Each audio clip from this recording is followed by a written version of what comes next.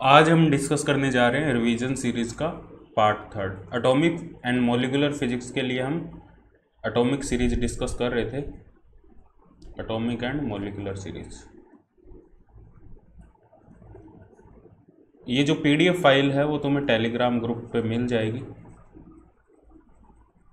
ठीक है। Complete PDF file मिल जाएगी। एक तरीके से कह सकते हैं शॉर्ट नोट्स है, ठीक है, जो बहुत ज़्यादा हेल्पफुल होंगे। एटॉमिक फिजिक्स तुम्हें कहीं से दोबारा करने की ज़रूरत नहीं पड़ेगी। रिवीजन के तौर पे तुम देखो तो दोबारा कहीं भी किसी भी बुक से एक्स्ट्रा तुम्हें पढ़ने की ज़रूरत नहीं पड़ेगी। ये सारे कंप्लीट लिखा है मैंने। चाहे कोई भी एग्ज़ाम दो तुम फिजिक्स से रिलेटेड, जहाँ एटॉमिक फिजिक्स पूछी जाती है, चाहे असिस्टेंट प्रोफेसर का दो, और भी जो पीएचडी के लिए एग्ज़ाम होते हैं या जो बार का एग्ज़ाम होता है, ठीक है, जहाँ डायरेक्ट फॉर्मूला बेस आता है वहाँ पे तो बहुत ज़्यादा हेल्पफुल है ये, ठीक है। और जहाँ न्यूमेरिकल बेस आता है वहाँ थोड़ी सी तुम्हें प्रैक्टिस भी, क्वेश्चंस की प्रैक्टिस भी चाहिए होगी। तो अब डिस्कस करते हैं जो नेक्स्ट टॉपिक अपना, वो है स्पिन ऑर्बिट इंटरेक्शन, ठीक है। तो देखो, जो हाइड्रोजन एटम मॉडल है, हाइड्रोजन स्पेक्ट्रा चाहिए, उसने बोर ने एक्सप्लेन किया था। बोर ने स्पिन को कंसिडर नहीं किया था। फिर सोमरफील्ड ने एक्सप्लेन किया था, लेकिन सोमरफील्ड मॉडल था वो भी कम्प्लीटली जो हाइड्रोजन स्पेक्ट्रा है, जो एक्सपेरिमेंटल स्पेक्ट्रा है, उसको एक्सप्लेन नहीं कर पाया था। फिर यहाँ पे स्पिन को कंसिडर किया गया, भाई इलेक्ट्रॉन के पास स्पिन होती है स्टैन गेरलाच एक्सपेरिमेंट से। फिर यहाँ से ये आइडिया लगा, भाई जो हाइड्रोजन एटम है उसमें एक प्रोटॉन होगा, वो इलेक्ट्रॉन उसके चारों रिवॉल्व कर रहा है, इलेक्ट्रॉन रिवॉल्व कर रहा है, ठीक है। तो ये एक मैग्नेटिक मोमेंट, ये करंट प्रोड्यूस कर रहा है, तो एक करंट कैरिंग लूप है। एक करंट कैरिंग लूप है, हमें पता है कोई भी लूप के अंदर एक करंट फ्लो होता है, तो उस करंट कैरिंग लूप की वजह से एक मैग्नेटिक फील्ड होगा हमारे पास में बी। वो जो मैग्नेटिक फील्ड होगा उसकी ये वैल्यू होगी 1/mc², 1/r/dv/dr। ये जो मैग्नेटिक फील्ड है वो इलेक्ट्रॉन के एंगुलर मोमेंटम पे डिपेंड कर रहा है। इंटरनल मैग्नेटिक फील्ड कहेंगे इसको हम, इंटरनल मैग्नेटिक फील्ड। ये किस पे डिपेंड कर रहा है? ये एंगुलर मोमेंटम पे डिपेंड कर रहा है। जितना ज़्यादा एंगुलर मोमेंटम होगा उतना ज़्यादा मैग्नेटिक फील्ड होगा। एक फैक्टर पे और डिपेंड करता है, ये डिपेंड करता है पोटेंशियल के ग्रेडियंट पे, ठीक है। जो प्रोटॉन और इलेक्ट्रॉन के बीच में पोटेंशियल है, एक इलेक्ट्रोस्टैटिक पोटेंशियल है, आपस में इंटरेक्ट कर रहे हैं, उसका ग्रेडियंट क्या है? dv/dr। इसका मतलब पोटेंशियल का ग्रेडियंट इन रेडियल डायरेक्शन, और ये r के इन्वर्सली प्रोपोर्शनल है। जैसे जैसे हम दूर जाते जाएंगे मैग्नेटिक फील्ड की वैल्यू, जैसे जैसे ऑर्बिट की वैल्यू, ऑर्बिट की रेडियस बढ़ती जाएगी, मैग्नेटिक फील्ड की वैल्यू कम होती जाएगी। तो ये डायरेक्ट फॉर्मूला तुम्हें याद रखना है। इसका प्रूफ भी है, राजकुमार बुक में मिल जाएगा यदि तुम्हें करना है तो, अदरवाइज करने की जरूरत नहीं है, तुम्हें डायरेक्ट फॉर्मूला याद रखना। मैग्नेटिक फील्ड है, मैग्नेटिक फील्ड और इलेक्ट्रॉन के पास में एक स्पिन है, एक मैग्नेटिक मोमेंट। एक स्पिन है तो उसके पास में एक मैग्नेटिक मोमेंट होगा, जिसे हम स्पिन मैग्नेटिक मोमेंट कहेंगे। ये हमने कल डिस्कस किया था पिछले लेक्चर में, -GS E/2m s वेक्टर, ठीक है। एस यहाँ पे स्पिन को रिप्रेजेंट करता है, या इसको म्यू बी बोर मैग्नेटॉन के टर्म में भी लिख सकते हो। एच कट और एच कट से ऊपर नीचे मल्टीप्लाई करके EH/2m तुम्हारे पास में बोर मैग्नेटॉन हो जाएगा। इस टर्म में भी इसको लिख सकते हो, बाकी ये ऐसे भी लिख सकते हो, सिंपल है। तो अब इलेक्ट्रॉन की स्पिन, इलेक्ट्रॉन के पास में एक स्पिन है और एक इंटरनल मैग्नेटिक फील्ड है, वो इलेक्ट्रॉन की वजह से ही प्रोड्यूस हो रहा है। तो आपस में इन दोनों में क्या इंटरेक्शन है, इसे हम कहेंगे स्पिन ऑर्बिट इंटरेक्शन। स्पिन मतलब इलेक्ट्रॉन की स्पिन, ऑर्बिट मतलब इलेक्ट्रॉन की ऑर्बिट की वजह से जो magnetic field, internal magnetic field produce हो रहा है, इसलिए इसको हम कहते हैं स्पिन ऑर्बिट इंटरेक्शन। इसका जो फॉर्मूला होगा वो होगा -μs.b, ठीक है। μs की वैल्यू है, b की वैल्यू है, वैल्यू पुट करेंगे तो यहाँ पे ये हमारे पास में एनर्जी की वैल्यू आएगी। ये किस पे डिपेंड करता है? s.l पे, ठीक है, s.l, क्योंकि इसमें s आ रहा है, इसमें l आ रहा है। एक्चुअल में ये क्या है, ये बाकी चीज़ें मान लो फिक्स रेडियस के लिए कॉन्स्टेंट क्वांटिटी हो जाएगी। तो हमारे पास में जो स्पिन ऑर्बिट इंटरेक्शन है, एक एनर्जी में शिफ्ट आ रहा है हमारे पास में। जो एक्चुअल में हाइड्रोजन एटम में जो हमें एनर्जी स्पेक्ट्रा मिल रहा है उसमें एक शिफ्ट होगा, वो शिफ्ट किस पे डिपेंड करेगा? s.l पे। यदि हम टर्म वैल्यू की बात करें डेल्टा टी की, डेल्टा टी हमें पता है डेल्टा E/hc होता है। ये सभी वैल्यूज़ हम डेल्टा V/डेल्टा r की वैल्यूज़ हम पुट करेंगे, ये फाइनल रिजल्ट होगा हमारे पास में। स्पिन ऑर्बिट इंटरेक्शन की वजह से जो लेवल्स है उनमें जो शिफ्टिंग होगी वो ये होगी। मेन फॉर्मूला ये है तुम्हारा, ठीक है, Z⁴ α² r∞ 2n³ l+1 l+½ l+1 into, यहाँ दो केस हो सकते हैं। यदि J की वैल्यू l+½ हो तो हमारे पास में इसके मल्टीप्लाई में एल आएगा। यदि जे की वैल्यू एल माइनस हाफ हो तो इसके मल्टीप्लाई में माइनस एल प्लस 1 आएगा। ये मोस्ट इम्पोर्टेंट चीज़ है, पर याद रहे तो याद रख लेना, नहीं याद रहे तो ये नीचे वाला फॉर्मूला तो ज़रूर याद रखना है तुम्हें। ऊपर वाला जो याद ना रहे तुम्हें, ये फॉर्मूला ज़रूर याद रखना है। इसके अलावा एक फॉर्मूला आगे और आएगा, वो ज़रूर याद रखना है। यदि ये मैग्नेटिक फील्ड भी तुम्हें थोड़ा बहुत याद रहता है, मतलब डिपेंडेंस तुम्हें पता होना चाहिए, कोई क्वेश्चन मैग्नेटिक फील्ड के डिपेंडेंस में बन जाए तो तुम्हें पता होना चाहिए मैग्नेटिक फील्ड का। और बाकी तुम्हें डेल्टा टी के बारे में भी पता होना चाहिए, जे एल प्लस हाफ के लिए क्या होगा, जे एल माइनस हाफ के लिए क्या होगा। यहाँ पे जो आर इन्फिनिटी वो मैंने पहले ही बता दिया तुम्हें, रेडबर्ग कॉन्स्टेंट है। अल्फा यहाँ पे फाइन स्ट्रक्चर कॉन्स्टेंट है 1/137, इसकी वैल्यू पूछ ली जाती है कुछ एग्जाम में तो डायरेक्ट, जैसे जिनमें छोटे क्वेश्चन पूछे जाते हैं। ठीक है, और एल इक्वल टू 0 के लिए कोई टर्म शिफ्ट नहीं होगी। एल इक्वल टू 0 के लिए डेल्टा ई एल एस, क्योंकि एल की वैल्यू यहाँ 0 पुट करोगे, डेल्टा ई एल एस 0 हो जाएगा, कोई स्प्लिटिंग नहीं होगी। ठीक है, मतलब कहने का मतलब यहाँ पे जो हाइड्रोजन एटम में हमें लेवल्स मिले थे वो फर्दर स्प्लिट होंगे स्पिन ऑर्बिट इंट्रैक्शन की वजह से। उनमें स्प्लिटिंग कैसे होगी ये मैंने थ्योरी में भी अच्छे से एक्सप्लेन किया, लेकिन यहाँ पे जस्ट हम रिवीजन पार्ट कर रहे हैं। अब यदि हम दोनों का गैप लें, एल प्लस हाफ और एल माइनस हाफ, दोनों लेवल्स का गैप लें, तो हमारे पास में ये फाइनल रिजल्ट आएगा, जेड की power 4 alpha square R infinity. ये मोस्ट इंपॉर्टेंट फॉर्मूला है, ये तो तुम्हें याद रखना ही रखना है। और ये किस पे डिपेंड कर रहा है, ये एल पे डिपेंड कर रहा है और एन पे डिपेंड कर रहा है। जो गैप होगा एल प्लस हाफ लेवल, मतलब जो स्प्लिटिंग हुई है उन लेवल्स का जो गैप होगा। मान लो किसी लेवल में स्प्लिटिंग हुई है जे एल प्लस हाफ से जे एल माइनस, मान लो पी लेवल है, पी लेवल में स्प्लिटिंग होगी 1 प्लस हाफ से 1 माइनस हाफ, मतलब हाफ से 3/2, दो लेवल में स्प्लिट होगा हाफ और 3/2, उन दोनों के बीच का जो गैप होगा वो ये है। मान लो जो पी लेवल है, इसको मैं यहाँ ड्रॉ कर देता हूँ, ये पी लेवल है, ये दो पार्ट में स्प्लिट होगा, पी हाफ और पी 3/2, इनके जो बीच का गैप होगा, पी लेवल इन दो में स्प्लिट होगा, इनके बीच का जो गैप होगा वो ये होगा, जेड की power 4 alpha square R infinity L Q N Q L into L plus 1। This is the most important formula, you have to remember this formula. ठीक है, आगे बढ़ते हैं।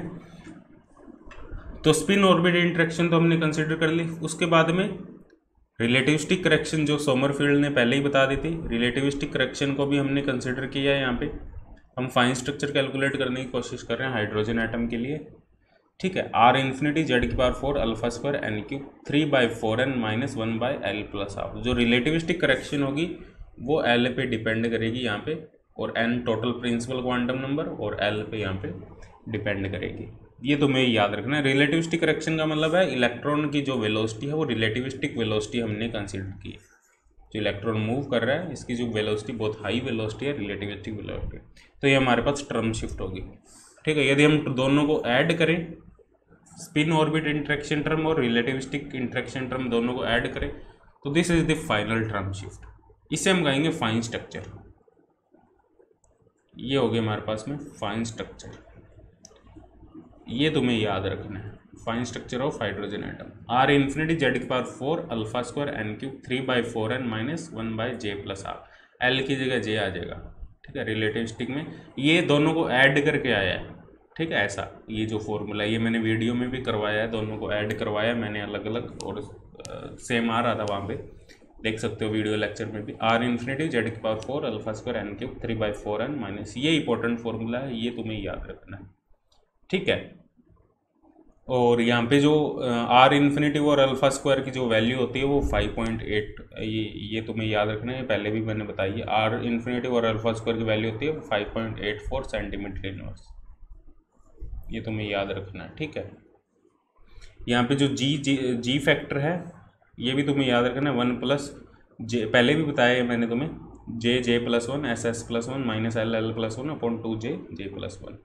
ठीक है, तो हमारे पास में ये फाइन स्ट्रक्चर होगी हाइड्रोजन एटम की। मतलब यदि हम n इक्वल टू 2 लेवल की बात करें हाइड्रोजन एटम में, n इक्वल टू 2 लेवल की बात करें, देखो हाइड्रोजन एटम के लेवल क्या होंगे, n इक्वल टू 1 2 3 4, ये लेवल है, सिर्फ n पे डिपेंड कर रहे हैं। जब बोर मॉडल की हम बात कर रहे थे, अब क्या होगा, n इक्वल टू जब 2 की बात करेंगे तो उसमें l की कौन कौन सी पॉसिबल वैल्यू होगी, l की वैल्यू पॉसिबल होगी 0 और 1। ठीक है, s की वैल्यू है हाफ, एक इलेक्ट्रॉन है, s की वैल्यू हाफ, तो j की वैल्यू क्या होगी, l minus S to l plus S, पहले एल इक्वल टू 0 कंसिडर करेंगे तो हमारे पास में जे की वैल्यू आएगी हाफ। जब एल इक्वल टू 1 कंसिडर करेंगे तो जे की वैल्यू आएगी हाफ और 3/2।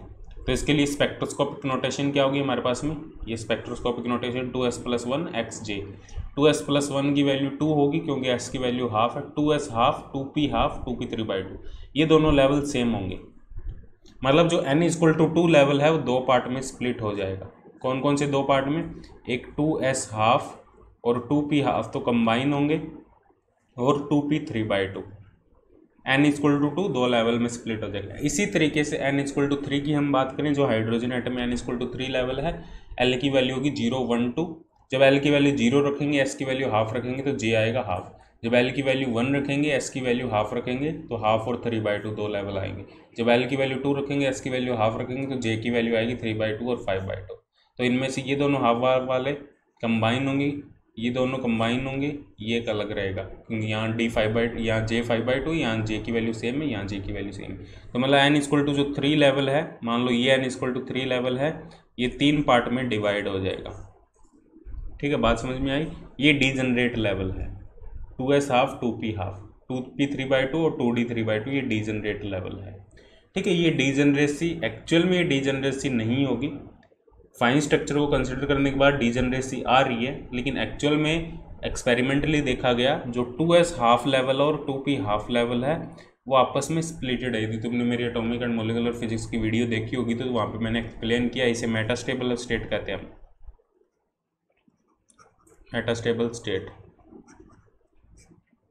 ठीक है, ये तुम्हें याद होगा, 2s हाफ और 2p हाफ है वो स्प्लिट, इसे लैम्ब शिफ्ट भी कह देते हैं हम। 2s हाफ और 2p हाफ लेवल है वो नॉन डिजनरेट लेवल होंगे, इसे हम लैम्ब शिफ्ट भी कह देते हैं। ये एक्सप्लेन किया है, लेकिन यहाँ से क्वेश्चन बनने के कम चांसेस है, लेकिन डायरेक्ट थियोरेटिकली पूछ लिया जाए तो वो अलग बात है, लेकिन ऐसे डायरेक्ट न्यूमेरिकल बनने के नहीं है यहाँ पे चांसेस।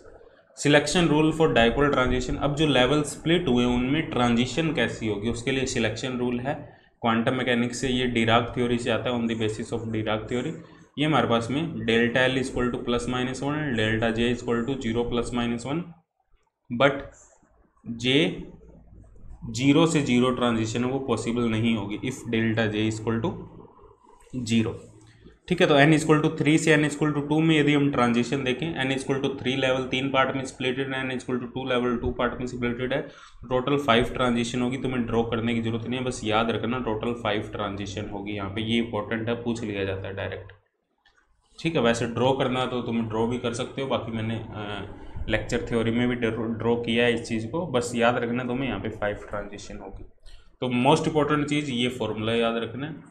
ठीक है, और स्प्लिटिंग कैसे होगी, कितने में स्प्लिट होगा, वो n इक्वल टू 4 के लिए तुम कर सकते हो कैसे स्प्लिट होगा। l की वैल्यू होगी 0 1 2 3 3 तक।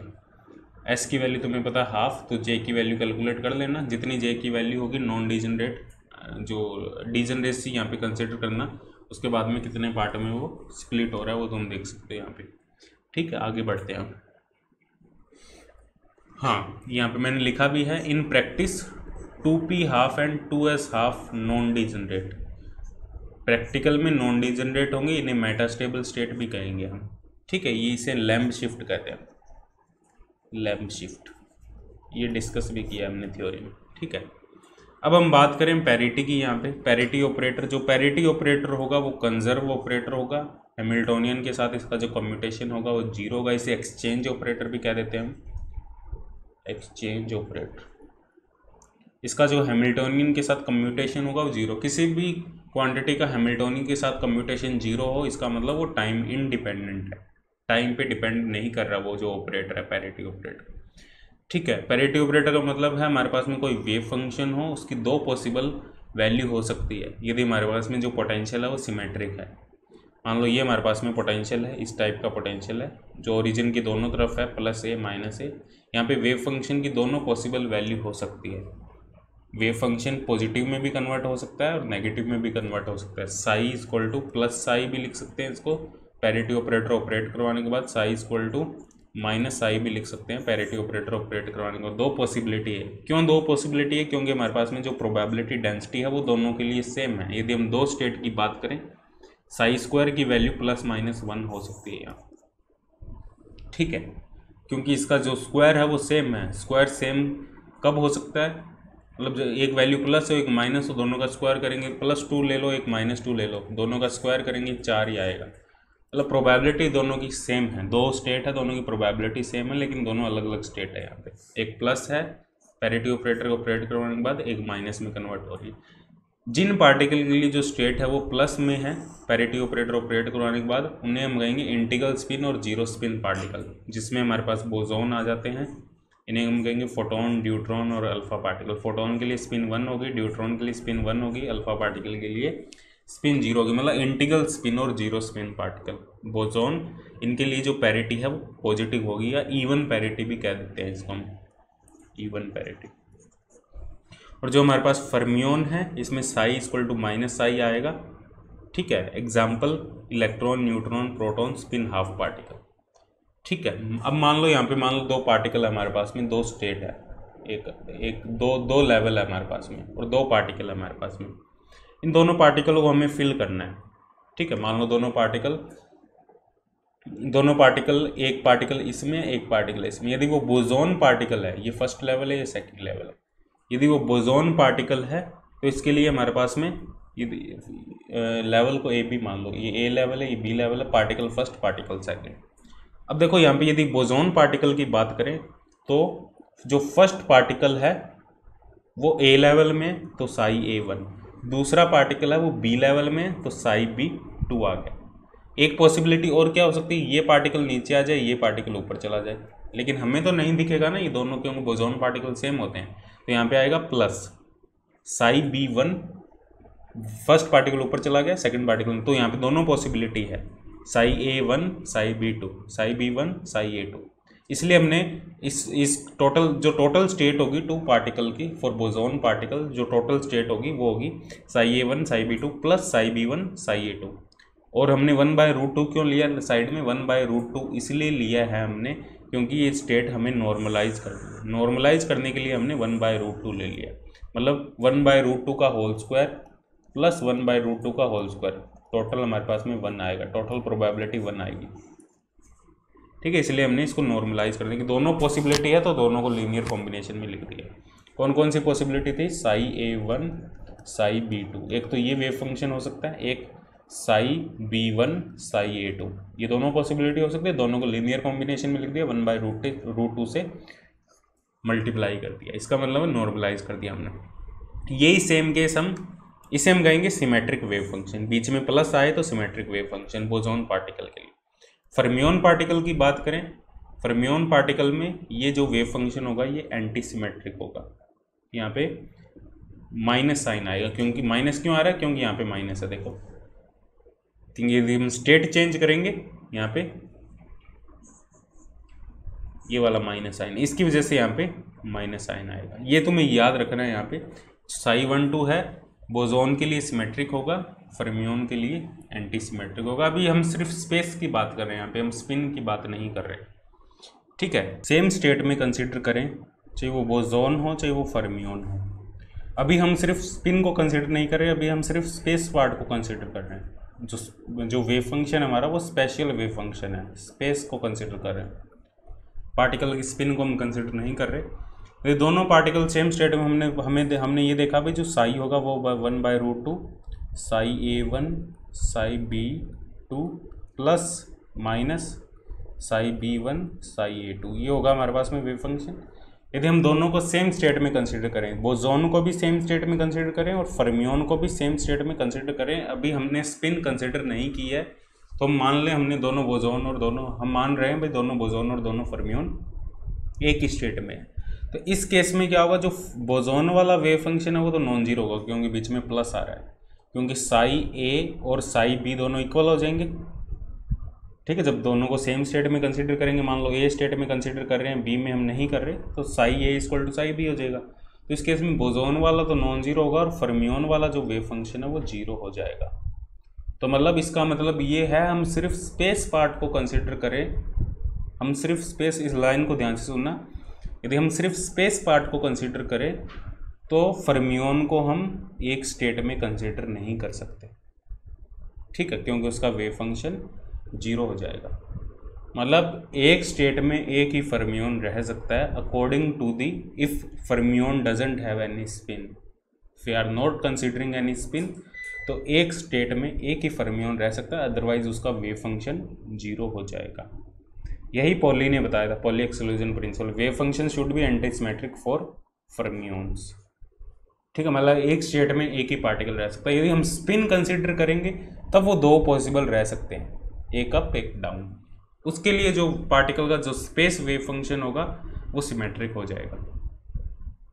ठीक है, पॉली ने ये बताया था कि जब हम स्पिन को कंसिडर कर लेंगे तो मतलब पॉली के अकॉर्डिंग ये फर्मियोन पार्टिकल के लिए तुम्हें जो वेव फंक्शन है वो शुड बी एंटी सिमेट्रिक होना चाहिए। ठीक है, इसको थोड़ा सा आगे और क्लियर हो गई ये भी। जैसे आगे बढ़ेंगे अपने स्टेलर डिटर्मिनेंट के बाद में नेक्स्ट स्लाइड पे जाएंगे, स्पिन को कंसिडर करेंगे, यहाँ पे तुम्हें एग्जैक्टली ये क्लियर हो जाएगा। पॉली एक्सक्लूजन प्रिंसिपल क्या कहता है, wave function should be anti symmetric for fermions. ठीक है, तो यहाँ पे एक टर्म और डिफाइन करते हैं हम, स्टेलर डिटर्मिनेंट के टर्म में भी लिख सकते हैं, जो स्पेशल वेव फंक्शन है, जो हमारा साई है ये, इसको हम स्पेशल डिटर्मिनेंट की फॉर्म में भी लिख सकते हैं, स्टेलर डिटर्मिनेंट की फॉर्म में भी लिख सकते हैं। देखो यहाँ पे लिखा है, an anti symmetric wave function for a system of two non interacting Fermi particle can be written as determinant. Determinant सिर्फ फर्मियोन पार्टिकल के लिए हम कह रहे हैं, बोसॉन पार्टिकल का हम नहीं लिख सकते। फर्मियोन पार्टिकल को हम स्टेलर डिटर्मिनेंट की फॉर्म में भी लिख सकते हैं। यदि दो लेवल है हमारे पास में तो हम इस टाइप से लिखेंगे, यदि हमारे पास में एन लेवल है और एन पार्टिकल है हमारे पास में तो हम उसको इस टाइप से हम लिख सकते हैं। एन स्मॉल एन पार्टिकल है हमारे पास में, सॉरी स्मॉल एन लेवल है और capital N number of particle है हमारे पास में। ठीक है, psi A 1 to n, psi N 1 to n हमारे पास में ये हो जाएगा। ठीक है, सॉरी एन यहाँ पे, हाँ एन लेवल्स है और कैपिटल एन यहाँ पे नंबर ऑफ पार्टिकल है। तो ये स्टेलर डिटर्मिनेंट की फॉर्म में भी हम इसको, जब इसको सॉल्व करोगे ये ऊपर वाला ही आएगा, ये वाला ही सेम। फर्मियोन के लिए एक माइनस साइन आएगा बीच में यहाँ पे। ठीक है, और इसकी वैल्यू जीरो होगी, डिटर्मिनेंट की value, if particle are in same state. यदि स्टेट सेम हो जाएगी सभी की, मतलब सभी पार्टिकल सभी फर्मियोन एक ही स्टेट में हो जाएंगी, तो जो स्टेलर डिटर्मिनेंट है उसकी वैल्यू जीरो हो जाएगी। ये भी इंपॉर्टेंट है थोड़ा सा, इसको भी याद रखना। ठीक है, यदि हम स्पिन को कंसिडर करें, इसमें हीलियम एटम लिखा है मैंने, हीलियम एटम मतलब इसमें दो इलेक्ट्रॉन होंगे, helium atom and it's spectrum. ठीक है, यदि हम हीलियम एटम को एक बार भूल जाओ यहाँ पे, यदि हम स्पिन को कंसिडर करें यहाँ पे, ठीक है, पार्टिकल की स्पिन को मान लो दो पार्टिकल है, देखो हीलियम एटम में ही होंगे दो पार्टिकल, तो दो इलेक्ट्रॉन एक प्रोटॉन होंगे, उसके चारों ओर दो इलेक्ट्रॉन रिवॉल्व कर रहे होंगे। वो हीलियम एटम में ही पॉसिबल हो सकता है, हाइड्रोजन में पॉसिबल नहीं हो सकता। ठीक है, तो यहाँ पे देखो दोनों जो पार्टिकल है दोनों की स्पिन हाफ होगी, तो जो टोटल स्पिन होगी या तो वो जीरो हो सकती है या 1 हो सकती है, S1 - S2 to S1 + S2। यदि फॉर S = 0, S = 0 की हम बात करें, S = 0 मतलब दोनों एक ही स्टेट में है, दोनों जो पार्टिकल है वो एक ही स्टेट में, एक ही स्टेट में है, तो यहाँ पे माइनस साइन आएगा। एक अप स्पिन होगा, एक डाउन स्पिन होगा। देखो ये फर्स्ट पार्टिकल है, ये सेकंड पार्टिकल है, तो फर्स्ट पार्टिकल अप स्पिन है, सेकंड पार्टिकल डाउन स्पिन है। एक और कौन सा केस बन सकता है, फर्स्ट पार्टिकल डाउन स्पिन हो जाएगा, सेकंड पार्टिकल अप स्पिन हो जाएगा, तो ये दोनों पॉसिबिलिटी हो सकती है। तो एक अप स्पिन को हमने पॉजिटिव से लेकर, डाउन स्पिन को नेगेटिव से लेकर, β1 पॉजिटिव β2 नेगेटिव, β1 नेगेटिव β2 पॉजिटिव, दोनों पॉसिबिलिटी है। और माइनस साइन लगाया हमने यहाँ पे माइनस साइन आएगा, क्योंकि यदि दोनों अप स्पिन हो जाएंगे तो, या दोनों डाउन स्पिन हो जाएंगे तो ये वेव फंक्शन, ये S = 0 वाला केस हमारे पास में पॉसिबल नहीं होगा। 1/√2 हमने लगाया इसकी नॉर्मलाइजेशन कंडीशन, इसे हम कहेंगे एंटी सिमेट्रिक सिंगुलर स्टेट, क्योंकि फर्मियोन की हम बात कर रहे हैं इसलिए एंटी सिमेट्रिक सिंगुलर स्टेट क्यों कहेंगे, क्योंकि एक ही पॉसिबल स्टेट मिल रही है S = 0 के लिए। यदि हम S = 1 की बात करें, S = 1 का मतलब है या तो दोनों अप स्पिन हो सकते हैं, और दोनों अप स्पिन अलग अलग स्टेट में ही पॉसिबल होंगे, एक स्टेट में पॉसिबल नहीं होंगे। दोनों डाउन स्पिन हो सकते हैं लेकिन वो भी अलग अलग स्टेट में पॉसिबल होंगे। एक अप हो सकता है, एक डाउन हो सकता है, लेकिन अलग अलग स्टेट में। एक डाउन हो सकता है, एक अप हो सकता है, अलग अलग स्टेट में। तो कितने पॉसिबल कॉम्बिनेशन है हमारे पास, ये एक ही कॉम्बिनेशन है। ठीक है, ये वाला जो कॉम्बिनेशन है वो ये वाला है, इन दोनों को मिला के लिखा हमने। दोनों अप वाला ये है, β1 पॉजिटिव β2 पॉजिटिव, β1 नेगेटिव β2 नेगेटिव, ये तीन कॉम्बिनेशन हो सकते हैं, इसलिए इसको हम कहेंगे symmetric wave function triplet state. Symmetric इसलिए कह रहे हैं क्योंकि यहाँ पे हमारे पास में प्लस साइन है। ठीक है, तो स्पिन को कंसिडर करेंगे यदि हम, तो यहाँ पे दो पॉसिबिलिटी बन रही है।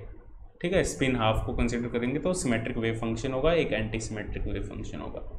और साइज स्पेस हमने पहले ही लिखा था, ये एंटी सिमेट्रिक भी हो सकता है, सिमेट्रिक भी हो सकता है, ठीक है। लेकिन पॉली ने ये बताया था जो टोटल वेव फंक्शन है पार्टिकल का, वो यदि हम सिर्फ स्पेस को कंसिडर करें, सिर्फ स्पेस को हम कंसिडर करें, स्पिन को कंसिडर ना करें, तो टोटल वेव फंक्शन क्या होगा हमारा, साई टोटल क्या होगा, साई टोटल होगा हमारा साई स्पेस। और जो साई स्पेस है वो एंटी सिमेट्रिक होना चाहिए। साई स्पेस को एंटी सिमेट्रिक होने के लिए यहाँ नेगेटिव साइन लगाना, हम फर्मियोन की बात करें, यहाँ पे इलेक्ट्रॉन की बात कर रहे हैं। साई स्पेस को एंटी सिमेट्रिक होने के लिए यहाँ पे एक बीच में नेगेटिव साइन आएगा, और नेगेटिव साइन यदि आता है हमारे पास में तो दो फर्मियोन पार्टिकल एक स्टेट में नहीं रह सकते। यदि दोनों एक स्टेट में रहेंगे तो साई स्पेस जीरो हो जाएगा, तो मतलब दोनों फर्मियोन है वो अलग अलग स्टेट में रहेंगे, इसकी जब हम स्पिन कंसिडर नहीं कर रहे। तो फर्मियोन पार्टिकल के स्पिन को जब, तो ये क्वेश्चन भी बनता है, ये याद रखना, ये तुम्हें प्रीवियस ईयर में क्वेश्चन मिल जाएगा। जब फर्मियोन पार्टिकल की हम स्पिन को कंसिडर नहीं करते तो एक स्टेट में एक ही पार्टिकल रह सकता है। You have to remember this point, ठीक है। इफ़ मैं लिख देता हूँ, if we are not considering spin, या हम कह सकते हैं spinless fermion, spinless fermion, if we are considering spinless fermion. Spinless fermion का केस होगा, उस केस में एक स्टेट में एक ही पार्टिकल रहेगा, एक से ज़्यादा पार्टिकल नहीं है। जब स्पिन कंसिडर करने लग जाओगे, जब स्पिन हमने कंसिडर कर ली, स्पिन कंसिडर करने के बाद में एक स्टेट में दो पार्टिकल रह सकते हैं, एक अप स्पिन और एक डाउन स्पिन, ठीक है। तो वहाँ पे अलग अलग केस बनेगा, ठीक है। यदि हमने स्पिन कंसिडर कर ली और साई स्पेस यदि सिमेट्रिक है तो साई स्पिन को एंटी सिमेट्रिक होना पड़ेगा ताकि टोटल जो वेव फंक्शन है वो एंटी सिमेट्रिक हो। और जो साई स्पेस यदि एंटी सिमेट्रिक है तो साई स्पिन को सिमेट्रिक होना पड़ेगा, ये ट्रिपलेट स्टेट होगी। ये दोनों हमने डिस्कस किया, देखो ये रहा। यदि हमारे पास में जो साई स्पेस है वो एंटी सिमेट्रिक है तो जो साई स्पिन होगा उसको सिमेट्रिक होना पड़ेगा ताकि टोटल मल्टीप्लिकेशन, सिमेट्रिक और एंटी सिमेट्रिक का मल्टीप्लिकेशन हमेशा एंटी सिमेट्रिक होगा, दो एंटी सिमेट्रिक का मल्टीप्लिकेशन हमेशा सिमेट्रिक होगा, दो सिमेट्रिक का मल्टीप्लिकेशन हमेशा सिमेट्रिक होगा, ठीक है। इस चीज़ को ध्यान में रखना। तो यदि हमारे पास में जो साई स्पेस वो एंटी सिमेट्रिक है तो साई स्पिन हमारा सिमेट्रिक होगा, मतलब ये वाला केस होगा, मतलब ट्रिपलेट स्टेट होगी हमारे पास में। और जो साई स्पिन है वो हमारे पास में, साई स्पेस है वो हमारे पास में सिमेट्रिक है, तो हमारा जो साई स्पिन होगा वो एंटी सिमेट्रिक होगा, मतलब सिंगलेट स्टेट होगी हमारे पास में। तो ये हीलियम का स्पेक्ट्रम है, एक तरीके से हीलियम के लिए ही कर रहे हैं क्योंकि उसमें दो पार्टिकल होते हैं। तो स्पेक्ट्रम ऑफ हीलियम क्या होगा, स्पेक्ट्रम ऑफ हीलियम में हमारे पास में देखो n = 1 फर्स्ट लेवल की बात करें, n = 1 के लिए l = 0 होगा। तो इसमें दो केस हो सकते हैं, या तो S0 हो सकता है या S1 हो सकता है, सिंगल स्टेट हो सकती है, ट्रिपलेट स्टेट हो सकती है।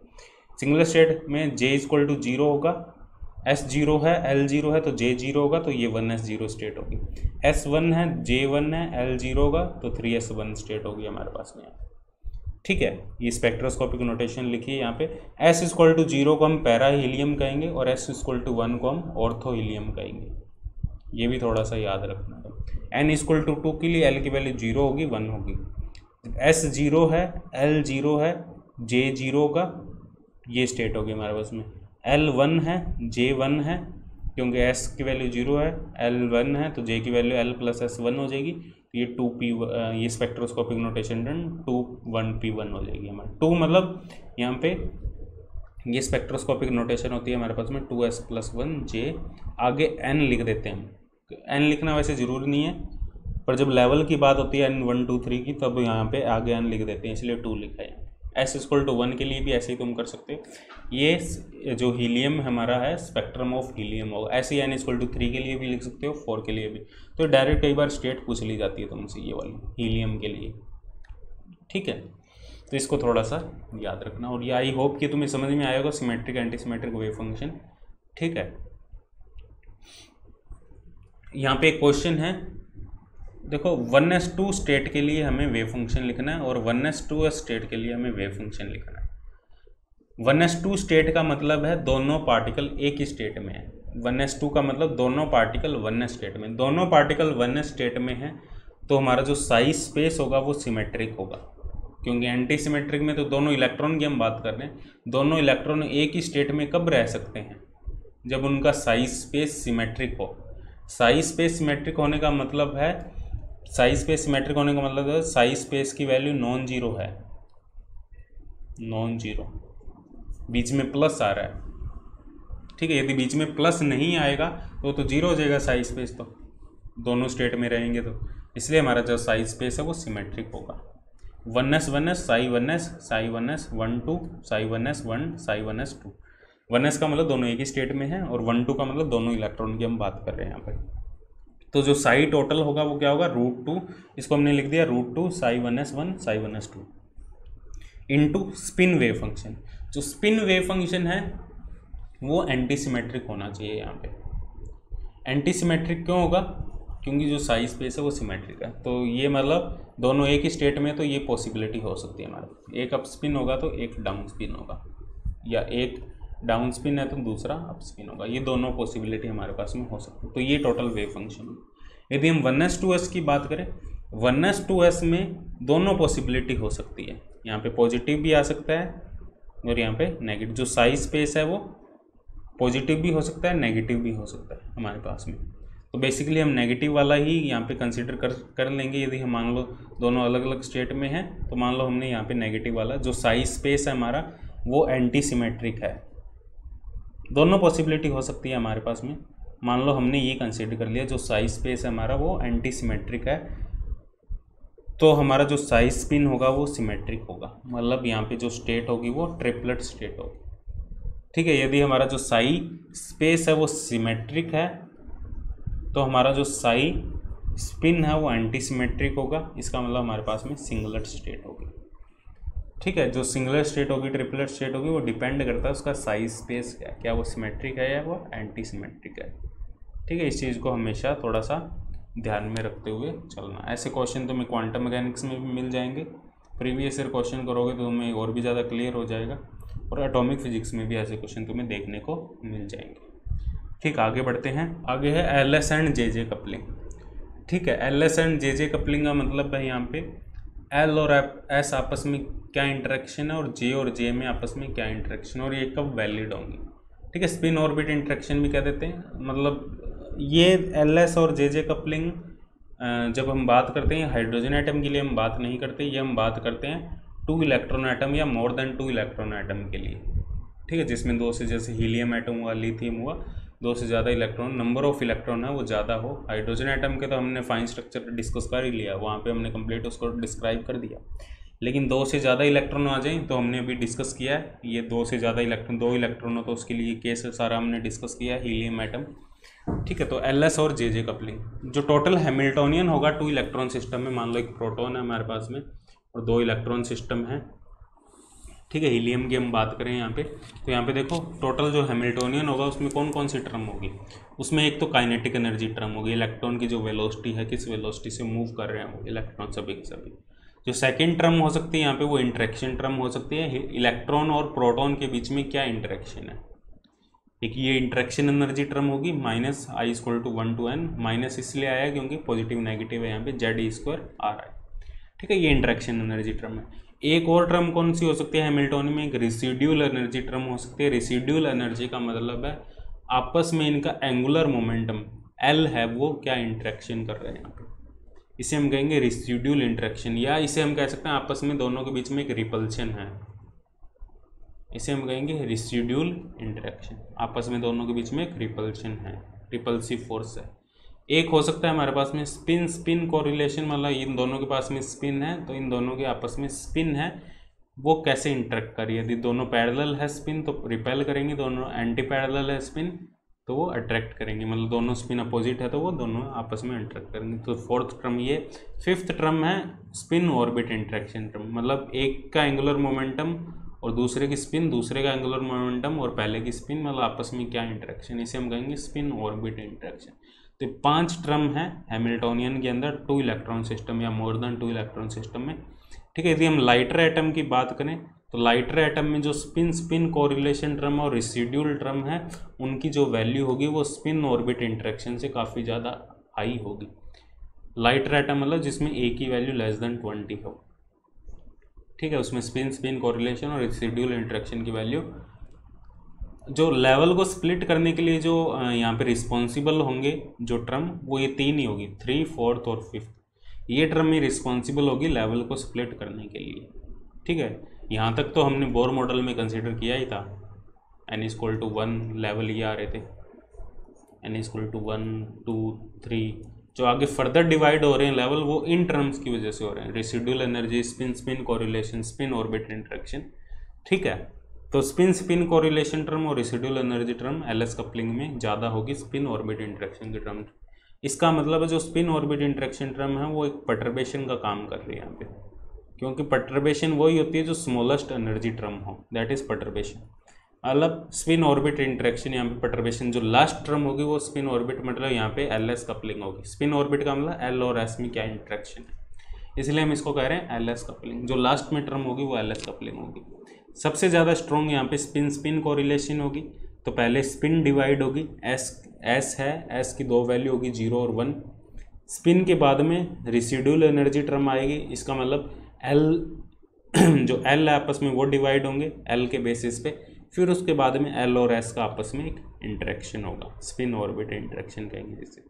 तो हैवियर एटम की बात करें हम, हैवियर एटम में जो स्पिन ऑर्बिट इंटरेक्शन टर्म है it is very large compare to residual energy and spin spin correlation term, इसे हम कहेंगे जे कपलिंग। यहाँ पे स्पिन और ऑर्बिट इंटरेक्शन है, स्पिन ऑर्बिट इंटरेक्शन टर्म की वैल्यू है वो काफ़ी ज़्यादा लार्ज होगी, मतलब बाद में ये टर्म आएगी हमारे पास में, तो इसे हम कहेंगे जे कपलिंग। थोड़ा सा इसको याद रखना। ठीक है, एलएस कपलिंग की बात करें तो पहले स्पिन स्पिन कोरिलेशन टर्म आएगी जो सबसे हैवी टर्म है, मतलब आपस में स्पिन इंटरेक्ट करेगी। ठीक है, आपस में स्पिन इंटरेक्ट करेगी तो लेवल स्प्लिट होंगे। लेवल मान लो ये लेवल स्प्लिट हो रहा है, तो जो हाईएस्ट वैल्यू ऑफ एस है, एस की वैल्यू 1 है, एक 0 है, highest value of S being lower energy, जो हाईएस्ट वैल्यू ऑफ एस होगी वो लोअर एनर्जी होगी। और जो नंबर ऑफ लेवल्स होंगे 2s+1। यदि एस की वैल्यू हाफ है तो 2 लेवल में स्प्लिट हो जाएगा। यदि एस की वैल्यू 3/2 है तो 4 लेवल में स्प्लिट हो जाएगा। For 1 electron atom s=½ doublet होगा। फॉर 2 इलेक्ट्रॉन एटम s=0 और 1, सिंगलेट भी हो सकता है, डबलेट, ट्रिपलेट भी, इसे ट्रिपलेट कहेंगे हम, ये डबलेट नहीं होगा। s=1, हाँ ये ट्रिपलेट होगा यहाँ पे। ठीक है, और 3 इलेक्ट्रॉन का केस की बात करें, 3 इलेक्ट्रॉन में s की वैल्यू हाफ 3/2 हो सकती है। कैसे आया ये, देखो 3 इलेक्ट्रॉन में s1 हाफ होगा, s2 हाफ होगा, s3 हाफ होगा। इन दोनों का आपस में इंटरेक्शन करके क्या आएगा, 0 और 1। ठीक है, s1 और s2 आपस में इंटरेक्ट करेंगे, 0 1 आएगा। ये आपस में इसके साथ इंटरेक्ट करेंगे, पहले s3 0 के साथ इंटरेक्ट करेगा, हाफ आएगा। s3 1 के साथ इंटरेक्ट करेगा तो 1 - हाफ और 1 + हाफ, तो हाफ और 3/2। ये पॉसिबल वैल्यू होगी हमारे पास में। तो 2s+1 की वैल्यू डबलेट भी हो सकता है, क्वाड्रेट भी हो सकता है। यहाँ पे इन जनरल केस भी लिखा है मैंने, ये देख लेना। s=0, 1, 2, n/2 for even n, s=1/2, 3/2 for odd n। ये इसको ही मैंने जनरल बना के लिख दिया। ठीक है, पहले स्पिन स्पिन कोरिलेशन टर्म आएगी, फिर उसके बाद में रेसिड्यूल इलेक्ट्रोस्टैटिक एनर्जी टर्म आएगी। इसमें एंगुलर मोमेंटम आपस में इंटरेक्ट करेंगे, जो एल की वैल्यू है। ठीक है, और जो हाईएस्ट एल होगा it is being lowest energy. ठीक है, एल हाईएस्ट लोएस्ट एनर्जी, इसे हुंड रूल भी कहते हैं हम। ठीक है, जो स्प्लिटिंग होगी, जो एस लेवल स्प्लिट हुए हैं further, it is splitted by L. जो एस की वजह से लेवल स्प्लिट हुए हैं वो एल की वजह से फर्दर स्प्लिट होंगे। जैसे हम 3p 3d की बात करें, इस सिस्टम की बात करें, L1 की वैल्यू 1 है, L2 की वैल्यू 2 है, तो जो टोटल L होगा वो होगा L1 - L2 to L1 + L2, तो L की वैल्यू आएगी 1, 2, 3। ठीक है, तो सबसे जो स्ट्रॉन्ग होगा स्पिन स्पिन कोरिलेशन, फिर रेसिड्यूल एनर्जी, फिर स्पिन ऑर्बिट इंटरेक्शन, फिर आपस में L और S, जो टोटल S आया हमारे पास में, कुछ भी मान लो 0 1 आया, और टोटल L ये आया हमारे पास में, 2 इलेक्ट्रॉन की बात करें, तो ये आपस में इंटरेक्ट करेंगे। ये आपस में इंटरेक्ट करेंगे तो हमारे पास में J आएगा। J होगा हमारे पास L - S to L + S। The number of J value कितने लेवल में स्प्लिट होगा, वो होगा हमारे पास में 2s+1 यदि L की वैल्यू S से ज़्यादा है, और 2l+1 यदि s की वैल्यू l से ज़्यादा है। ये मैंने थ्योरी में भी बहुत अच्छे से डिस्कस किया है, बस इस चीज़ को तुम्हें थोड़ा सा याद रखना है। अब हम बात करें यहाँ पे लैंडे इंटरवल रूल। जो लेवल स्प्लिट हुए हैं एलएस कपलिंग में, उन लेवल के बीच का गैप कितना है। 2 लेवल स्प्लिट हुए हैं, उन लेवल के बीच का गैप कितना है, यदि हम एक को जे माने एक को J+1 माने तो इन दोनों लेवल के बीच का जो गैप होगा वो होगा 2AJ+1। यहाँ पे जो ए की वैल्यू होगी वो AH²/2। ए यहाँ पे L.S के टर्म के साथ जो कॉन्सेंट आ रहा है, ठीक है। इसको थोड़ा सा याद रखें, जे यहाँ पे रिप्रेजेंट करता है लोअर वैल्यू को। ये तुम कैलकुलेट भी कर सकते हो, L.S की वैल्यू कैलकुलेट करके, वहाँ से भी कैलकुलेट, ये करवाया है मैंने कैलकुलेशन, ठीक है। मतलब यहाँ पे जो डेल्टा ई होगा वो होगा EJ+1 - EJ, ठीक है। तो मान लो जैसे ये लेवल है हमारे पास 3P0 3P1, डायरेक्ट तुमसे रेशियो पूछ लिया जाएगा इन दोनों का रेशियो, इन दोनों लेवल का जो स्प्लिटिंग है वो कितनी है 2A। यहाँ पे जे की वैल्यू 0 रखोगे, जे की वैल्यू 0 क्यों लगेंगे, क्योंकि जे लोअर वैल्यू को रिप्रेजेंट करता है, जो ए की वैल्यू 0 रखेंगे। इन दोनों लेवल के बीच मतलब ये 3 लेवल है एक्चुअल में, गैप तो 2 ही है ना, 3P0 3P1 3P2, इन दोनों का गैप, इन दोनों का गैप, इन दोनों का रेशियो पूछा है, ठीक है, वो आएगा 1:2। वैसे ही इन दोनों का गैप, इन दोनों का गैप, इन दोनों का रेशियो पूछा 2:3, ठीक है। इस चीज़ को थोड़ा सा ध्यान रखना, land interval rule. J coupling में क्या होगा, जे कपलिंग में जो हमारी रेसिडुअल एनर्जी और जो वो टर्म है वो स्मॉल होगी, और जो स्पिन ऑर्बिट इंटरेक्शन टर्म है वो काफ़ी ज़्यादा लार्ज होगी। इसका मतलब है L1 और S1, L और S पहले इंटरेक्ट कर जाएंगे तो एक J की वैल्यू होगी, L2 और S2 पहले इंटरेक्ट कर जाएंगे, एक J2 की वैल्यू होगी, L3 S3 पहले इंटरेक्ट कर जाएंगे, J3 की वैल्यू होगी, फिर J और J आपस में इंटरेक्ट करेंगे, इसे हम कहेंगे जे कपलिंग। अब यहाँ पे जो सिलेक्शन रूल होंगे जे कपलिंग के लिए वो होंगे, मतलब ट्रांजिशन जो सिलेक्शन रूल होंगे वो होंगे delta J = 0 +-1, but J 0 to 0 not possible, और delta S = 0, delta L = 0 +-1 no longer valid in J coupling. But LS coupling में ये हमारे पास में सिलेक्शन रूल होंगे, LS कपलिंग में ये सिलेक्शन रूल होंगे, और जे कपलिंग में सिर्फ ये सिलेक्शन रूल होगा हमारे पास में, ठीक है। LS कपलिंग में delta L 0 allowed, not allowed for single electron, single electron में डेल्टा L की वैल्यू 0 नहीं होगी, ये डेल्टा L है, डेल्टा L की वैल्यू सिर्फ +-1 होगी। यहाँ पे लिखा है for 1 electron delta J 0 +-1, delta L 0, delta L +-1। यदि 1 से ज़्यादा इलेक्ट्रॉन है तो हमारे पास में ये 0 एक्स्ट्रा आ जाएगा यहाँ पे। तो ये LS कपलिंग के ट्रांजिशन के सिलेक्शन रूल है, ये जे कपलिंग के ट्रांजिशन के सिलेक्शन रूल है, तो इनको थोड़ा सा याद रखना, गेट में डायरेक्ट क्वेश्चन यहाँ से बन जाता है। यहाँ पे एक पॉइंट और याद रखने वाला, for more than 1 half field, जो J की value highest value of J will be ground state. More than half field की हम बात करें, मतलब मोर देन हाफ फील्ड का मतलब है यहाँ पे जो नंबर ऑफ इलेक्ट्रॉन, मान लो P शेल है, P शेल में P सब शेल है, P सब शेल में नंबर ऑफ इलेक्ट्रॉन टोटल 6 होते हैं, मतलब 3 से ज़्यादा इलेक्ट्रॉन भरे हुए हैं, मतलब 3 से ज़्यादा मतलब 4 इलेक्ट्रॉन भरे हुए हैं। यदि 4 इलेक्ट्रॉन भरे हुए हैं यहाँ पे, या 5 भरे हुए हैं या 6 इलेक्ट्रॉन भरे हुए, मोर देन हाफ फील्ड है, तो highest value of J will be ground state, J की हाईएस्ट वैल्यू ग्राउंड स्टेट होगी। और for less than half field, 3 से कम इलेक्ट्रॉन भरे हुए हैं, तो lowest value of J will be ground state. इसे हम हून रूल भी कहते हैं, ये थ्योरी में भी मैंने अच्छे से डिस्कस किया है इसके बारे में, ठीक है। अब हम बात करते हैं यहाँ पे डीजेनरेसी ऑफ एक्साइटेड स्टेट। ऐसा क्वेश्चन पूछा गया था, कोई एक्साइटेड स्टेट दी थी जिसके लिए हमें J की वैल्यू अलग अलग J की वैल्यू दी गई थी, ठीक है, J की वैल्यू 3/2 और J की वैल्यू 5/2। तो टोटल डीजेनरेसी हमें बतानी, जब टोटल डीजेनरेसी की बात करेंगे तो हम सभी 2J+1 कैलकुलेट करेंगे। मान लो 3/2 और 5/2 है तो 2 3/2 + 1 2 5/2 + 1, तो टोटल डीजेनरेसी होगी 10। टोटल डीजेनरेसी की बात करें हम, total degeneracy of excited state, तो ये फॉर्मूला होगा, ये याद रखना है, ठीक है। यदि एक ही स्टेट की पूछे तो 2J+1, यदि टोटल पूछे तो 2J+1 2J+1 2J+1 सभी स्टेट की यहाँ पे बतानी है। एक ऐसा क्वेश्चन था इसलिए मैंने ये पॉइंट लिख लिया, ऐसा क्वेश्चन एक प्रीवियस ईयर में पूछा गया था, तुम्हें भी मिल जाएगा, तुम देख लेना प्रीवियस ईयर में, ठीक है। यदि हम हाइड्रोजन आइटम की बात करें तो ये सिलेक्शन रूल होंगे हमारे पास में, डेल्टा L +-1, डेल्टा ML 0 +-1। जब हम स्पिन को कंसिडर नहीं कर रहे हैं यहाँ पे, जब स्पिन को कंसिडर कर रहे हैं तो ये होंगे selection rule single electron item के लिए। जब स्पिन को कंसिडर नहीं कर रहे, सिर्फ हाइड्रोजन आइटम बोर मॉडल की हम बात कर रहे हैं, तो जो ट्रांजिशन सिलेक्शन रूल है वो ये होंगे हमारे पास में, डेल्टा L +-1, डेल्टा ML 0 +-1। ये हमारा क्वांटम मैकेनिक्स से आता है, तुम्हें याद रखना है ये। अब हम बात करते हैं यहाँ पे जीमान इफेक्ट। जीमान इफेक्ट क्या है, जो लेवल है वो फर्दर स्प्लिट होंगे in presence of magnetic field. जो लेवल एक्चुअल में स्प्लिटेड थे ऑलरेडी, मैग्नेटिक फील्ड में रखेंगे तो लेवल फर्दर स्प्लिट होंगे। जीमान इफेक्ट दो टाइप के होंगे, एक नॉर्मल जीमान इफेक्ट होगा। नॉर्मल जीमान इफेक्ट का मतलब जो ट्रांजिशन होगी वो सिंगुलर स्टेट ट्रांजिशन होगी।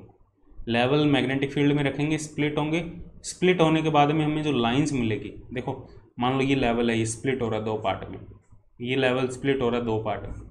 अब यहाँ पे जो ट्रांजिशन होगी, यदि वो ट्रांजिशन सिंगुलर स्टेट से सिंगुलर स्टेट में, मतलब एस इक्वल टू जीरो से एस इक्वल टू जीरो में ट्रांजिशन है। एस इक्वल टू जीरो यहाँ पे वो रिप्रेजेंट नहीं, एस इक्वल टू जीरो यहाँ पे स्पिन को रिप्रेजेंट करता है। Spin zero, total spin zero, 2 electron atom की बात करें तो एस इक्वल टू जीरो हो सकता है, एस इक्वल टू 1 हो सकता है। एस इक्वल टू जीरो मतलब सिंगुलर स्टेट, ऊपर 1 आएगा, मतलब 2s प्लस 1 की वैल्यू यहाँ पे 1 होगी, इसे हम कहेंगे सिंगुलर स्टेट।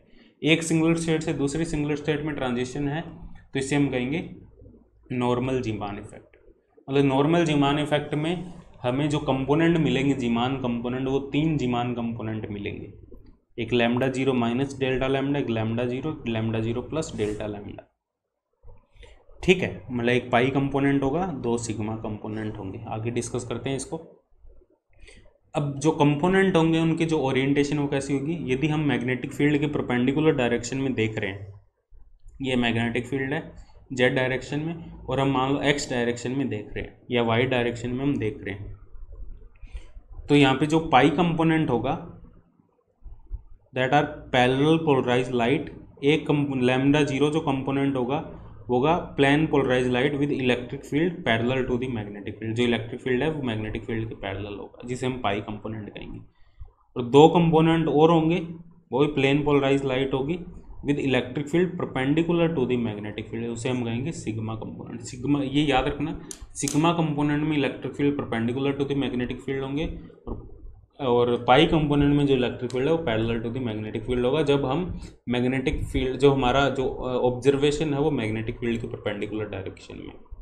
और यहाँ पे जो टर्म शिफ्ट होगी वो होगी जीमान इफेक्ट के लिए L prime M L. L prime यहाँ पे लॉरेंज यूनिट होगी, ये फॉर्मूला तुम्हें याद रखना है जीमान इफेक्ट के लिए। डेल्टा टी जो टर्म शिफ्ट होगी एल प्राइम एम एल, यहाँ से डेल्टा ई भी निकाल सकते हैं हम। ठीक है, एनर्जी शिफ्ट कितनी है जीमान लेवल्स के बीच में। ठीक है, ये अच्छे से थ्योरी मैंने अच्छे से डिस्कस की है यहाँ पे, बस तुम्हें रिवाइज, देखो ये चीज़ें उन्हीं को समझ में आएगी जिन्होंने जीमान इफेक्ट पढ़ा है, ऐसे समझ में नहीं आएगा। ये डायरेक्ट शॉर्ट नोट्स तभी समझ में आते हैं जब तुमने थ्योरी पढ़ी होती है। ठीक है, delta T L prime M L, delta T यहाँ पे लॉरेंज यूनिट होगी। ठीक है, डेल्टा ई निकाल सकते हैं, डेल्टा टी को एच से मल्टीप्लाई कर देंगे, डेल्टा ई आ जाएगा हमारे पास में, ये हमारे पास में डेल्टा ई होगा mu B B M L.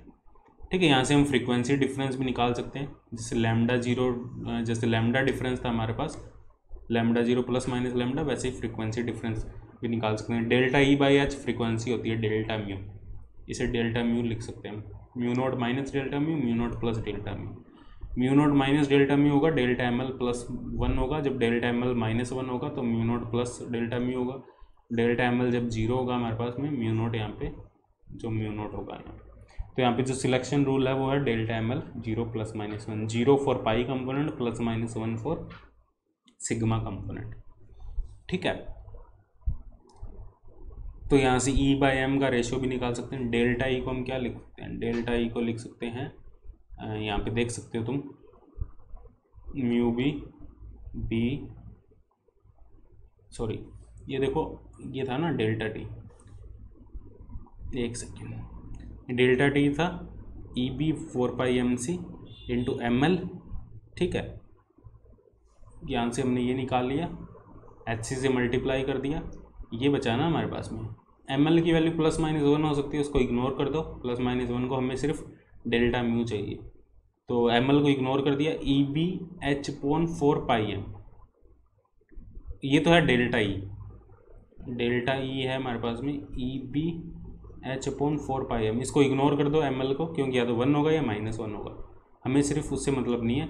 H को नीचे ले जाओ, एच है यहाँ से गायब हो गई, इसे लिख देंगे डेल्टा म्यू, तो डेल्टा म्यू आ गया E B by 4 pi M. Delta mu आ गई तो डेल्टा लैम्डा भी निकल जाएगा और ई बाई एम का रेशियो भी निकल जाएगा। तो यहाँ से हम ई बाई एम का रेशियो कैलकुलेट कर सकते हैं, 4 pi delta mu by B. ठीक है, अब यहाँ पे देखो जो जीमान कंपोनेंट है वो दो हो सकते हैं, दो तरीके से जीमान इफेक्ट को मेजर कर सकते हो। यदि मैग्नेटिक फील्ड के परपेंडिकुलर डायरेक्शन में मेजर कर रहे हो तो उसे हम कहेंगे ट्रांसफर जीमान इफेक्ट। यदि मैग्नेटिक फील्ड की डायरेक्शन में तुम मेजर कर रहे हो तो उसे कहेंगे longitudinal component.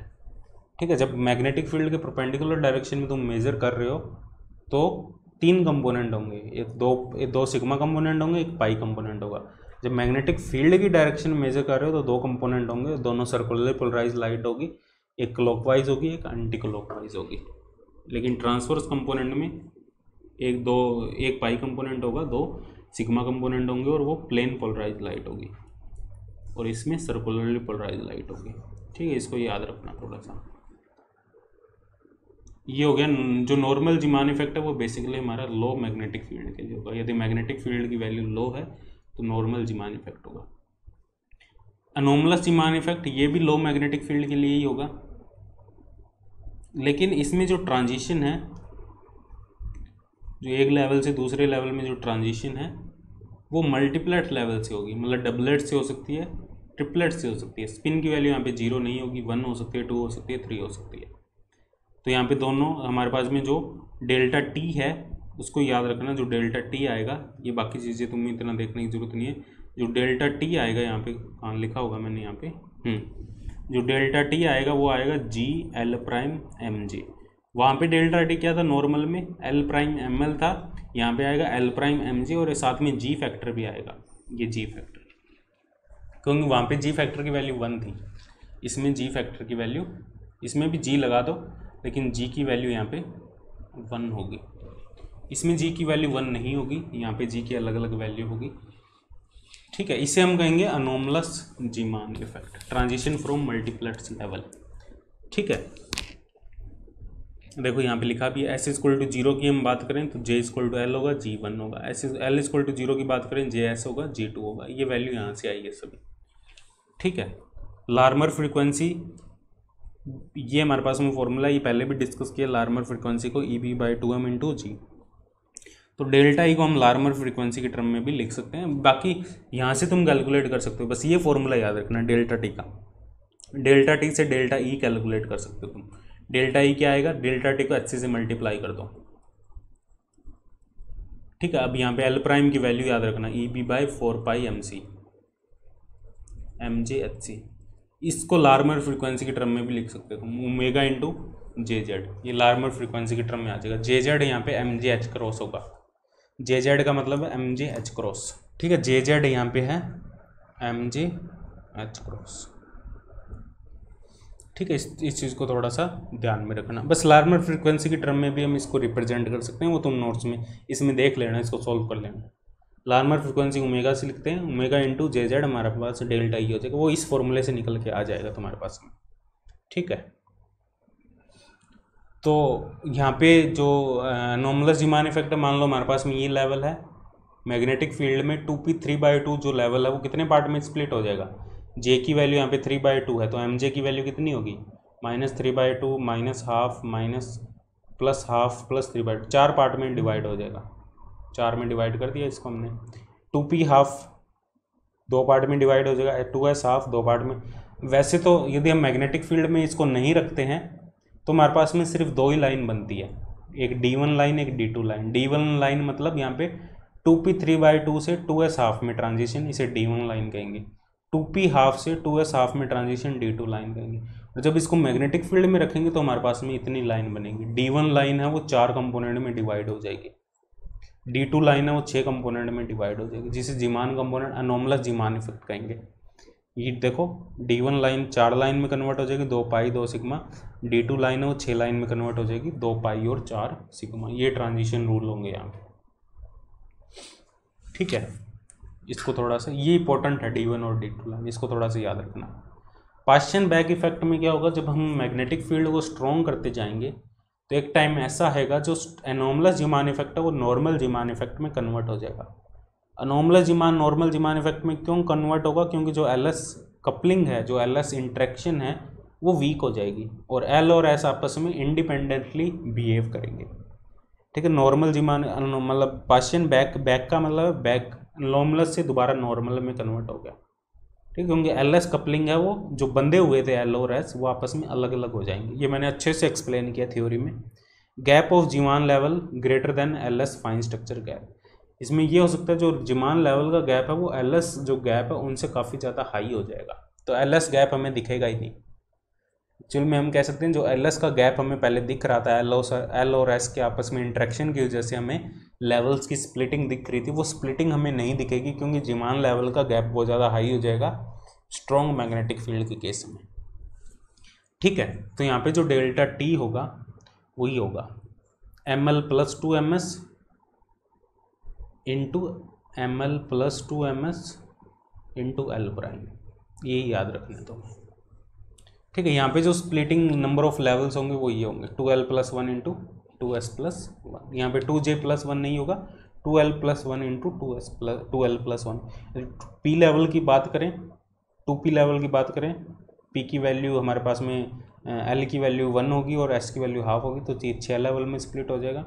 2s level 2 level में हमारे पास में स्प्लिट हो जाएगा, यहाँ पे मैंने स्प्लिट भी किया, देखो 2p लेवल को 6 लेवल में स्प्लिट किया है, लेकिन जो एक्चुअल में लेवल 5 ही होंगे। ये जीमान की हिसाब से देखें तो 5 ही होंगे, क्योंकि ये 0 0 सेम आ रहा है, एम एल और प्लस 2 एम एस की वैल्यू यहाँ पे 0 0 सेम आ रही है। इसका मतलब ये 2 लेवल है ये आपस में डीजनरेट होंगे, और एक्चुअल में वैसे देखा जाए तो 6 होंगे, लेकिन ये आपस में डीजनरेट होंगे दोनों लेवल, क्योंकि यहाँ पे M L plus 2 M S की वैल्यू है जो सेम आ रही है, और जो 2s लेवल है 2 में डिवाइड हो जाएगा। यहाँ पे जो सिलेक्शन रूल होंगे, डेल्टा एम एल 0 होगा, delta M L plus minus 1 होगा, डेल्टा एम एस 0 होगा। Delta M L 0 pi component होंगे, delta M L plus minus 1 sigma component होंगे। मतलब अब देखो 2p से जो 2s ट्रांजिशन था पहले ये था हमारे पास में, 2p से 2s ट्रांजिशन, यहाँ पे 6 लेवल थे और यहाँ 2 लेवल थे, लेवल सेम है। यहाँ पे भी देखो, यहाँ पे भी 6 लेवल है, 2 लेवल है, लेवल सेम है। वहाँ 3/2 अलग अलग, वहाँ पे देखो एल और एस में कपलिंग थी, तभी तो हमारे पास में 3/2 और हाफ आ रहा था जे की वैल्यू। यहाँ पे कोई कपलिंग नहीं है, इसलिए सिर्फ 2p लिखा है और 2s लिखा है। Level number of level same है, लेकिन जो ट्रांजिशन होगी वो यहाँ पे कम हो जाएगी। यहाँ पे हमारे पास में टोटल 4 और कितनी ट्रांजिशन आ रही है, 4 और 6 10, टोटल 10 ट्रांजिशन आ रही है, 10 जीमान लाइन आ रही है। यहाँ पे 3 ही जीमान लाइन आई, क्योंकि ये नॉर्मल में कन्वर्ट हो गया ना। नॉर्मल में हमें पता है जो जीमान का जो ट्रांजिशन लाइन है वो यहाँ पे 1 पाई हो जाती है, 2 सिग्मा हो जाती है। ठीक है, इसके इन सिलेक्शन रूल के हिसाब से मैंने ड्रॉ की है, तुम देख लेना, इसको समझ में आ जाएगी तुम्हें आराम से। अब ये दोनों जो लाइन है इनकी वजह से एक ही लाइन मिल रही है हमें, क्योंकि जो गैप होगा वो सेम होगा। M L plus 2 M S का जो गैप है वो इन दोनों लाइन के लिए, फर्स्ट लाइन और सेकंड लाइन के लिए सेम होगा, इसलिए एक ही लाइन ड्रॉ की है सिग्मा। इन दोनों का गैप भी M L plus 2 M S की वैल्यू सेम होगी, इसलिए एक ही लाइन ड्रॉ की है सिग्मा। इन दोनों की वजह से भी एक ही लाइन आएगी पाई, क्योंकि जो M L plus 2 M S का गैप है दोनों लाइन के लिए वो सेम है। ये तुम कैलकुलेट कर सकते हो, मैंने कैलकुलेट किया है ये, इसलिए यहाँ पे हमें एक सिंगल लाइन में, लेकिन नंबर ऑफ लेवल है वो सेम रहेंगे। यदि मेन प्रैक्टिकल केस की बात करें तो प्रैक्टिकल केस हमें ऐसा नहीं मिलेगा, उसमें M L plus 2 M S के अलावा भी हमारे पास में एक एक्स्ट्रा टर्म होगी M L dot M S. M L dot M S का मतलब है एल और एस आपस में इंटरेक्ट करेंगे, थोड़ा बहुत इंटरेक्शन होगा यहाँ पे, एक्चुअल में पूरा नेग्लेक्ट नहीं हो सकता, थोड़ा सा इंटरेक्शन रहेगा यहाँ पे। ठीक है, लेकिन इसके हमें जाना नहीं, इसमें पार्शियल बैक इफेक्ट यही है तुम्हारा, नंबर ऑफ लेवल सेम रहेंगे यहाँ पे। In weak field 1 electron atom 2j plus 1 level. ठीक है, वीक फील्ड की हम बात करें तो हमारे पास में जो लेवल होंगे वो 2j प्लस 1 होंगे। यदि हम टोटल लेवल्स की बात करें, j की वैल्यू l प्लस हाफ हो सकती है, l माइनस हाफ हो सकती है, टोटल नंबर ऑफ लेवल हमारे पास में 4l प्लस 2 होंगे। यहाँ से एक बार j की वैल्यू l प्लस हाफ रख दी, एक बार j की वैल्यू l माइनस हाफ रख दी, टोटल लेवल होंगे 4l प्लस 2। वैसे स्ट्रॉन्ग फील्ड में हम बात करें पार्शियल बैक इफेक्ट में तो 2l प्लस 1 2s प्लस 1, तो नंबर ऑफ लेवल सेम रहेंगे 4l प्लस 2 4l प्लस 2। चाहे नॉर्मलस की बात करें, यहाँ पे देखा ही हमने, केस भी देख लिया, यहाँ पे भी 10 लेवल है, 6 और 2 8 4 2 6 2 8 8 लेवल है टोटल। यहाँ पे भी 8 लेवल है, 6 और 2 8। ठीक है, नंबर ऑफ लेवल में चेंज नहीं होगा, नंबर ऑफ लेवल सेम रहेगा।